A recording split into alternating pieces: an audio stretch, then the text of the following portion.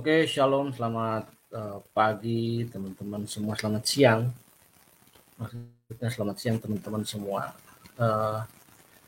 Video yang berikut yang akan saya putar ini mengusik sekali pribadi saya dan perspektif saya tentang kebenaran. Dan pribadi yang ada di dalam video ini adalah salah satu pribadi yang menggunakan media sosial. Dia tidak tahu latar belakang akademiknya, kemudian pendidikan teologianya, pengalaman pelayanan, dan lain sebagainya. Tetapi menyebut dirinya sebagai pastor dan kemudian fenomenal. Nah, tetapi dalam pernyataan-pernyataan yang sempat beberapa kali saya ikut, apa yang dia sampaikan, itu ada dalam fase-fase yang pertama, penyimpangan, dan kemudian bisa berujung ke penyesatan si Brian ini. Narasi-narasi yang disampaikan itu tidak sederap, semakna, selaras dengan kitab suci sendiri sebagai main foundation dari semua kerangka, pola pikir, dan teologi Kristen. Nah, teman-teman, video ini pasti berseliweran di Facebook, bahkan media-media sosial yang lain, Instagram, dia menggunakan TikTok. Konteks video ini adalah dia bertanya kepada seorang pastor Katolik juga, dan kemudian pastor Katolik ini juga menjawab pertanyaannya. Intinya bahwa ada keselamatan di luar Kristen. Ada keselamatan di luar Kristen. Nah, hal ini yang perlu kita cermati dan kemudian kita memberikan pencerahan supaya video ini ketika beredar di kalangan umat, bisa saja umat terkecoh dengan pemahaman yang disampaikan. Jadi, puji Tuhan kalau umat itu punya pemahaman dan perspektif yang baik dan benar, maka umat bisa terluput dari penyesatan, ya, penyimpangan, ya.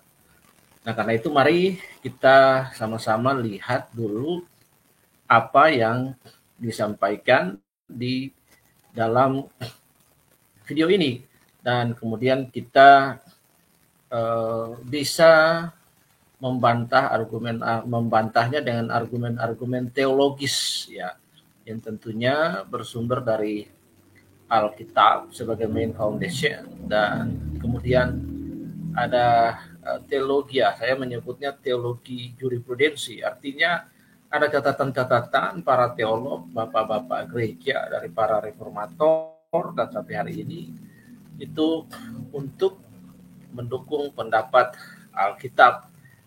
Jadi pendapat yang ada dalam video ini sebenarnya juga pendapat yang sangat berani sekali, ya. Tapi memang pada Konsili Vatikan II 1962 sampai 65 itu, ya, dalam konteks kelompoknya Katolik itu diakui, ya. Tetapi bagi kita orang-orang Reform, maka itu adalah higher Bible criticism sebenarnya. Nah, mari kita lihat dulu penggalan video ini sehingga kita paham.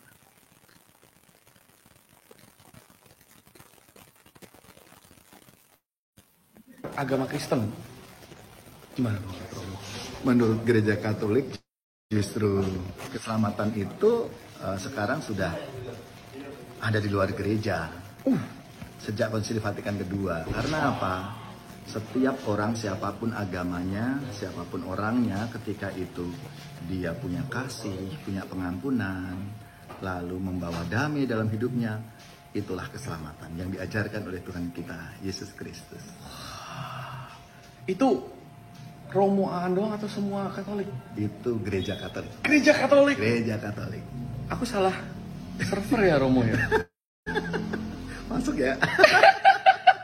Ternyata aku tidak sesat di sini. Ya, mari teman-teman. Saya ingin Bersama kita Romo melihat Aan. kembali Romo, lagi. aku punya pertanyaan. Katanya aku sesat nih Romo. Karena aku Kenapa itu? bilang bahwa keselamatan ada di luar agama Kristen. Gimana menurut Romo?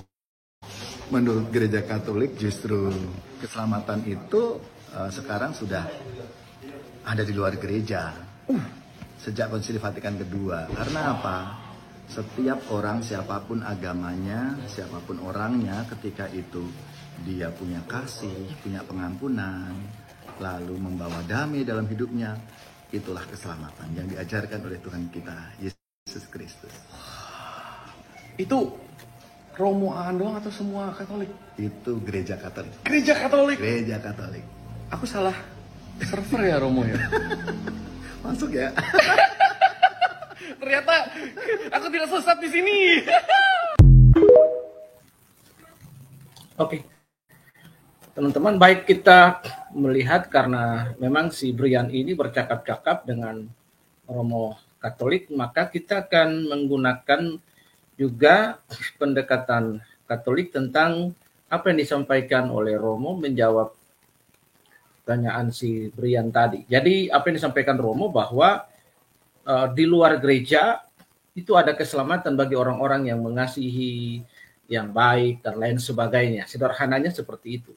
Nah, mari kita lihat secara singkat saja bagaimana hasil Konsili Vatikan II yang berlangsung antara tahun 1962 sampai 1965. Jadi Konsili Vatikan II ini menegaskan bahwa keselamatan tidak terbatas hanya bagi orang-orang yang secara formal.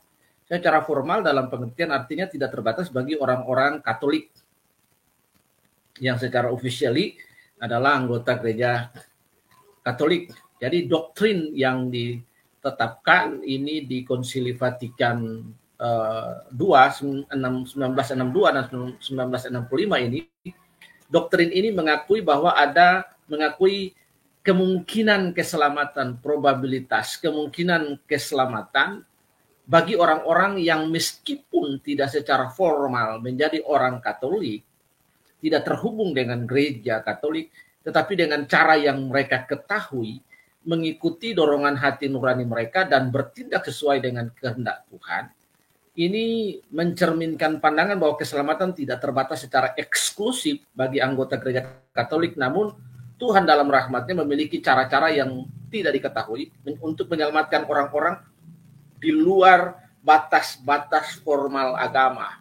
Itu pengertian menurut perspektif Katolik berkaitan dengan pernyataan si Brian tadi. Nah, sebagai saya ingin menyampaikan posisi teologi saya sebagai orang Protestan yang beraliran Pentapostal karismatik, maka kita akan memulai terlebih dahulu untuk menjawab keselamatan. Apa itu keselamatan? Nah, Bapak Ibu Saudara-saudara, keselamatan hanya dapat ditemukan di dalam Kristus Yesus. Ini merupakan keyakinan sentral dalam kekristenan yang berbeda dengan Katolik. Konsep ini mengacu pada keyakinan bahwa hanya melalui iman dan pengakuan Kristus sebagai Tuhan dan Juru Selamat. Itulah sebabnya sebagai orang reformis kita mengakui bahwa sola gratia dan solus Kristus, hanya Yesus, di luar itu tidak ada. Seorang dapat mencapai keselamatan dan kehidupan kekal. Doktrin ini didasarkan pada ajaran Alkitab sebagai main foundation sola gratia, di mana terdapat beberapa ayat yang menegaskan betapa pentingnya iman Kristus untuk mendapatkan keselamatan. Salah satu ayat yang paling fundamental yang tidak dapat terbantah, dan ini ayat yang paling ekstrim yang mengguncang sejarah kehidupan manusia, adalah Bapak Ibu Saudara yang dikasihi oleh Tuhan Yesus, yaitu di dalam Kisah Para Rasul ayat yang keempat ayat 12, bahwa keselamatan tidak ada di dalam nama siapapun juga di kolong langit, di bawah bumi, only Jesus. Nah, ini Bapak Ibu, ini yang dicoba dihilangkan. Jadi ada begitu banyak upaya dan cara untuk menyeret, mengubah mindset orang-orang yang tertuju, yang fokusnya kepada Yesus Kristus. Nah, kita tidak tahu ini metode diabolos, strategi mereka bahkan memakai orang-orang Kristen pun untuk mengalihkan pandangan orang yang tertuju kepada main foundation kita adalah Yesus Kristus. Nah, salah satu ayat Alkitab yang sering dikutip dalam konteks ini yang sering bahas dari perspektif Protestan, maka Yohanes 14 ayat 6. Yesus mengatakan bahwa aku adalah jalan, aku adalah kebenaran, aku adalah hidup. Ayat ini menegasikan kepada kita bahwa tidak seorang pun yang dapat datang kepada Bapa, tidak seorang pun yang dapat menemui keselamatan hanya di luar, menemui keselamatan di luar Yesus, tidak ada. Sekalipun orang itu punya hati nurani, orang itu berbuat baik, adil, dan lain sebagainya, kasih mereka, keadilan mereka, bahwa Roma 3:23 semua manusia telah berdosa dan kemuliaan Allah. They need God to save. Mereka butuh Allah untuk diselamatkan. Ayat ini menunjukkan bahwa Kristus adalah satu-satunya jalan menuju Bapa atau keselamatan. Roma 10 ayat 9 menegaskan bahwa pentingnya pengakuan terhadap Kristus sebagai Tuhan dan percaya bahwa Allah telah membangkitkannya dari antara orang mati untuk mendapatkan keselamatan. Jadi ayat ini menyatakan, karena jika kamu mengaku dengan mulut bahwa Yesus adalah Tuhan dan percaya dalam hatimu bahwa Allah telah membangkitkan dia dari antara orang mati, maka kamu akan diselamatkan. Jadi ada confession di situ, ada pengakuan di situ, ada penerimaan. Itulah pentingnya seseorang perlu mengundang Yesus menjadi Tuhan dan Juru Selamat dalam hidupnya, Bapak Ibu. Efesus 2 ayat yang ke-89 juga menegaskan kepada kita, oleh sebab kasih karunia kamu diselamatkan karena iman. Itu bukan hasil usahamu sendiri, tapi pemberian Allah. Itu bukan hasil pekerjaanmu, agar jangan ada orang yang memegahkan diri. Jadi kita diselamatkan oleh iman, by gracia, by grace. Tidak ada keselamatan di luar Kristus. Jadi kalau ada kemudian yang menegaskan bahwa ada keselamatan, ada kemungkinan keselamatan bagi orang baik yang terpanggil hati nuraninya, itu perspektif orang Katolik, bukan perspektif Kristen. Ya, itu perspektif Katolik, dan silakan saja karena mereka berpegang kepada Konsili Vatikan II tahun 1962 sampai 63-65, dan silakan saja apa yang mereka mau sampaikan, itu doktrin mereka. Tapi bagi Kekristenan mainstream Protestan dan semua denomnya mengakui bahwa tidak ada keselamatan di luar Yesus. Nah, apa itu sih keselamatan? Keselamatan adalah pembebasan secara sederhana, pembebasan dari bahaya, pembebasan dari bahaya atau penderitaan, atau menyelamatkan berarti melepaskan atau melindungi. Ya, kata ini mengandung makna kemenangan, kesehatan, atau keberlangsungan hidup. Alkitab juga menggunakan kata diselamatkan atau kata keselamatan atau diselamatkan untuk merujuk kepada pelepasan fisik yang bersifat sementara, seperti misalnya dilepaskan Paulus dari penjara, Filipi 1 ayat 1. Kata ini juga sering digunakan berhubungan dengan kelepasan rohani yang kekal. Ketika Paulus memberitahu kepala penjara Filipi bagaimana ia dapat diselamatkan, Paulus merujuk kepada keadaan yang kekal. Kisah 16 ayat 30-31. Yesus menyelamatkan. Yesus menyamakan diselamatkan dengan memasuki kerajaan Allah. Matius 19 ayat 24-25. Jadi kita diselamatkan dari apa? Dalam doktrin iman Kristen mengenai keselamatan, kita diselamatkan dari murka, yaitu penghakiman Allah terhadap dosa manusia. Roma 5 ayat 9, 1 Tesalonika 5 ayat 9. Dosa telah memisahkan kita dari Allah. Sementara konsekuensi dosa adalah kematian. Keselamatan dalam Alkitab merujuk pada pelepasan dan konsekuensi dosa, dan karena itu termasuk penghapusan dosa. Siapa yang menyelamatkan? Hanya Allah yang dapat menyingkirkan dosa dan melepaskan kita dari hukuman. 2 Timotius 1 ayat 9, Titus 3 ayat 5. Bagaimana Allah menyelamatkan? Dalam doktrin Kristen mengenai keselamatan, Allah menyelamatkan kita melalui Kristus Yesus, Yohanes 3 ayat 17. Secara khusus keselamatan Yesus di atas salib dan kebangkitan itulah yang menghasilkan keselamatan kita. Roma 5 ayat 10. Kitab suci dengan jelas menyatakan bahwa keselamatan diberikan sebagai anugerah. Hadiah kita tidak layak, kita dilayakkan oleh Allah, dan hanya melalui iman di dalam Kristus Yesus. Bapak Ibu Saudara, definisi doktrin Kristen mengenai keselamatan berbunyi pelepasan rohani dan kekal yang Allah secara langsung anugerahkan kepada mereka yang menerima syarat-syaratnya untuk bertobat dan beriman di dalam Kristus Yesus. Jadi kemudian ada pernyataan bahwa ada keselamatan di luar Yesus itu sebentar dulu. bagi golongan sana silakan, tetapi bagi kekristenan yang dengan posisi teologi saya adalah seorang Protestan yang dengan denominasi Pentakosta, saya menerima mutlak bahwa hanya ada keselamatan di dalam Kristus Yesus, dan di luar Kristus Yesus tidak ada penebusan dosa, tidak ada keselamatan. Itu mutlak.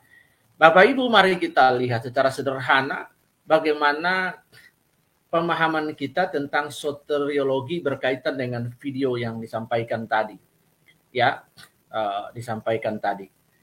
Jadi kata soteriologi atau yang harus merujuk kepada keselamatan ini dari dua kata bahasa Yunani. Yang pertama soter artinya salvation, artinya keselamatan, dan logos artinya word atau studi ucapan atau pelajaran tentang sesuatu. Jadi soteriologi adalah the study of salvation, pelajaran atau doktrin tentang keselamatan.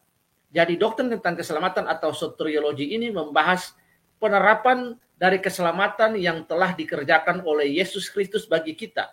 Soteriologi atau doktrin keselamatan ini tidak membahas tentang bagaimana Kristus mengerjakan keselamatan itu bagi kita, kematiannya di atas kayu salib. Lalu kita lihat ada hal yang penting, ordo salutis ada 5, Bapak Ibu. Ordo salutis dalam bahasa Latin yang berarti the order of salvation, urut-urutan keselamatan. Semua rujukan keselamatan tertuju kepada Yesus Kristus dalam prosesnya. Maka yang pertama adalah panggilan dan kelahiran baru. Jika seseorang tidak dipanggil untuk menerima Yesus Kristus, seseorang tidak menerima kelahiran baru, maka dia tidak masuk dalam keselamatan. Kemudian dari situ ada confession, ada faith, ada pertobatan, iman dan pertobatan, faith and repentance. Ini perlu seseorang yang berdosa, dia perlu datang, dia beriman kepada Tuhan Yesus, menyatakan faith imannya, dan kemudian mengaku dosa, bertobat. Dan kemudian ada di situ ada justification, ada pembenaran. Setelah ada pembenaran, ada pengangkatan, adopsi, anak, pengangkatan sebagai anak. Dan kemudian di situ ada pengudusan, sanctification. Seorang yang percaya pada Yesus harus mengerjakan pengudusan. Kemudian ada ketekunan di situ dan ada pemuliaan, ada perseverance, dan kemudian ada glorification. Jika seseorang tidak masuk dalam ordo salutis ini yang tertuju kepada Yesus, dia tidak akan diselamatkan. Tidak ada cara yang lain. Bapak Ibu saudara yang dikasihi oleh Tuhan Yesus. Jadi itulah, karena itu Bapak Ibu saudara, objek dari iman. Secara umum objek dari iman adalah kitab suci. Orang Kristen harus percaya kepada kitab suci, bukan putusan-putusan sinodal, bukan juga putusan ada konsili yang kita ikuti, Bapak Ibu. Ada peraturan-peraturan beberapa konsili yang kita ikuti, tetapi tidak kepada konsili Vatikan II. Yang menyatakan, yang memungkinkan ada probabilitas, ada kemungkinan bahwa ada keselamatan di luar Kristus karena kebaikan mereka dan lain sebagainya. Karena itu kita harus menaklukkan diri kita kepada kitab suci yang adalah firman Allah. Allah itu setia, Allah itu benar, sehingga tidak mungkin berdusta mengatakan sesuatu yang salah, yang tidak benar. Contohnya, logikanya adalah firman Tuhan di dalam Kisah Rasul 4 ayat 12 yang berkata bahwa tidak ada keselamatan di luar Yesus, di muka bumi, di kolong langit tidak ada nama lain yang diselamatkan. Kemudian perkataan yang keluar dari mulut Yesus sendiri, bahwa aku adalah jalan, aku adalah kebenaran, aku adalah kehidupan. Seseorang harus menemukan tidak ada kebenaran di luar Yesus, tidak ada kehidupan di luar Yesus, tidak ada jalan di luar Yesus. Hanya Yesus, only Him, Bapak Ibu. Jadi kalau ada di luar itu bukan, Bapak Ibu. Jadi ini yang perlu kita lihat. Jadi banyak orang yang dasar imannya bukan kitab suci. Jadi orang Roma Katolik menjadikan gereja sebagai dasar iman. Karena itu mereka punya banyak doktrin dan dogma yang tidak berdasar pada kitab suci. Tetapi mereka terima sebagai kebenaran dan mereka imani karena itu merupakan keputusan sidang gereja, Bapak Ibu. Contoh, doktrin tentang api penyucian, purgatori, Maria yang lahir dan hidup tanpa dosa, Maria yang diangkat ke surga, doa kepada Maria, semua ini sama sekali tidak mempunyai dasar kitab suci, tapi dipercaya oleh orang Katolik. Jadi, Bapak Ibu saudara yang dikasihi, mari kita kembali kepada kebenaran. Rasionalis menjadi rasio akal, budi, dan pikiran sebagai dasar iman. Ini makin lama makin banyak dalam kalangan orang liberal yang menolak bagian-bagian kitab suci yang mereka anggap tidak masuk akal, dan salah satunya ini adalah si Brian ini. Ya, saya ingin menutup penjelasan singkat saya ini dengan Galatia pasal 1 ayat yang ke-8. Ya. Tetapi sekalipun kami atau seorang malaikat dari surga yang memberitahukan kepada kamu suatu Injil yang berbeda dengan Injil yang telah kami beritakan kepadamu terkutuk. Jadi anatema ini digunakan kata anatema sungguh sadis sekali. Jadi sekalipun dia mau romo ke, dia mau pendeta ke, dia mau siapa, apalagi Brian yang tidak punya pengetahuan yang memadai, kamu terkutuk jika kamu mengajarkan Injil yang lain ayat 9. Seperti yang telah kukatakan, sekarang lagi kukatakan, jikalau ada orang yang memberitakan kepadamu suatu Injil yang berbeda dengan apa yang telah kamu terima, terkutuklah dia. Anatema. Tadi saudara yang dikasihi oleh Tuhan Yesus, apa yang disampaikan oleh si Brian ini, dengan apa yang sudah saya jelaskan, mari kita kembali back to the Bible, trust to Jesus. Tidak ada keselamatan di luar Yesus Kristus. Tuhan Yesus memberkati. Shalom.